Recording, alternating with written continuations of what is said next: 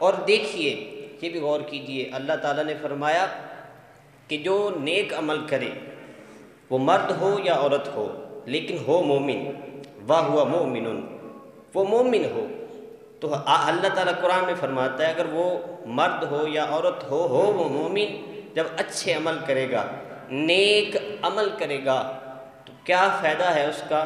اللہ فرماتا ہے کہ ہم اسے حیات طیبہ عطا فرمائیں گے، ہم اس کو اچھی زندگی عطا فرمائیں گے۔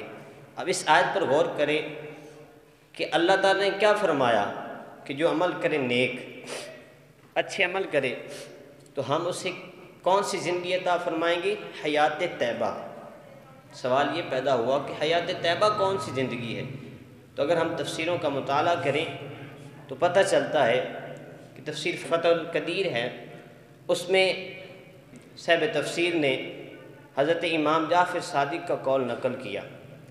وہ کہتے ہیں کہ حیات طیبہ یہ اللہ تعالیٰ کی معرفت ہے، اللہ تعالیٰ کو پہچان لینا ہے۔ اور تفسیر ابن جریر نے انہوں نے لکھا کہ حیات طیبہ جس کو مل جاتی ہے پھر وہ حلال پہنتا ہے اور حلال ہی کھاتا ہے۔ اور تفسیر خازن نے یعنی حضرت مجاہد رحمۃ اللہ علیہ نے لکھا، آپ کہتے ہیں کہ حیات طیبہ یہ جنت کی زندگی ہے۔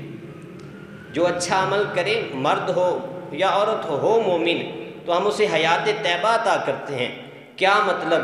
جب ایک بندہ اچھا عمل کرتا ہے تو اسے حیات طیبہ مل جاتی ہے، یعنی اسے اللہ کی معرفت مل جاتی ہے۔ اگر ہم تفسیروں کے تمام قول کو مد نظر رکھیں تو معلوم ہوا کہ جسے حیات طیبہ ملی اسے اللہ کی معرفت بھی مل گئی۔